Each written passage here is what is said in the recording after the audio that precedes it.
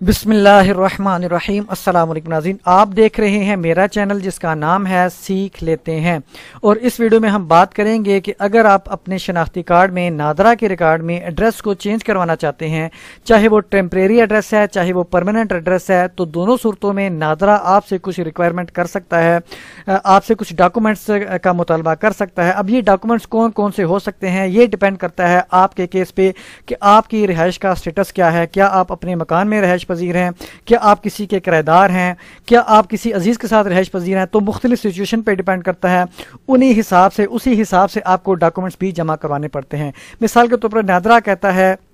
کہ آپ جو ہیں ہمیں بلڈ ریلیٹیو کا شناختی کارڈ پرووائڈ کریں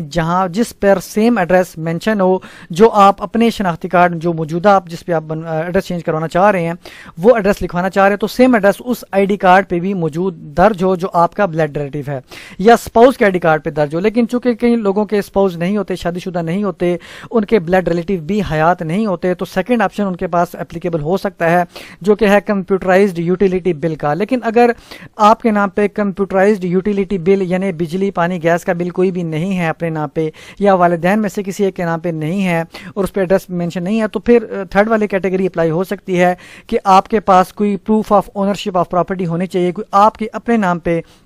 والد والدہ کے نام پہ کوئی ڈاکومنٹس پروف آف اونرشپ ہونا چاہیے، کوئی رجسٹری ہونی چاہیے، کوئی فرد انتقال ہونا چاہیے۔ لیکن وہ بھی اگر آپ کے پاس نہیں ہے تو آپ کے پاس ہو سکتا ہے یہ والا کیٹیگری اپلائی ہو جس میں آپ کے پاس کوئی لوکل سرٹیفکیٹ ہو، ڈومیسائل سرٹیفکیٹ ہو یا PRC سرٹیفکیٹ ہو۔ لیکن یہ بھی اگر آپ نہیں بنوا سکتے یا آپ کے پاس نہیں ہے تو، اور آپ کا سٹیٹس بھی کچھ تھوڑا سا چینج ہے، مثال کے طور پر آپ کسی کے ساتھ رہائش پذیر ہیں، اپنے کسی کے کرایہ دار ہیں اور آپ کے پاس رینٹ ایگریمنٹ بھی نہیں ہے، آپ کرایہ دار ہیں لیکن آپ کے پاس رینٹ ایگریمنٹ بھی نہیں ہے۔ اب یہاں پہ لکھا ہوا ہے کہ رینٹ ڈیڈ یا ایفیڈیوٹ۔ اگر کسی کو نہیں پتا کہ رینٹ ایگریمنٹ کو کس طرح ڈرافٹ کرتے ہیں تو یوٹیوب پہ وہ جا کے اگر لکھے گا رینٹ ایگریمنٹ تو فرسٹ والی ویڈیو میری آئے گی جس میں لکھا ہوا ہے کہ رینٹ ایگریمنٹ / کرایہ نامہ what are its contents by سیکھ لیتے ہیں۔ تو یہ میرے چینل کا نام ہے سیکھ لیتے ہیں، جو 19 کے ویوز ہیں ایک سال میں، اس کو آپ براؤز کر کے ایک گائیڈنس لے سکتے ہیں۔ کرایہ نامہ لکھیں گے یوٹیوب پہ تو تب بھی سیم جو فرسٹ والی ویڈیو میری آئے گی اس کو آپ دیکھ سکتے ہیں۔ اب چلتے ہیں کہ ایفیڈیوٹ آپ نے کس طرح بنانا ہے۔ آپ اگر کرایہ دار کی طرف آپ خود کرایہ دار ہیں تو کس طرح ایفیڈیوٹ ہوگا، اور اگر آپ کسی کے ساتھ عزیز کے ساتھ رہائش پذیر ہیں تو کس طرح آپ ایفیڈیوٹ کو ڈرافٹ کر سکتے ہیں۔ یہ ایفیڈیوٹ کا نمونہ ہمارے پاس ہے جو ہم عموماً بنا کے دیتے ہیں۔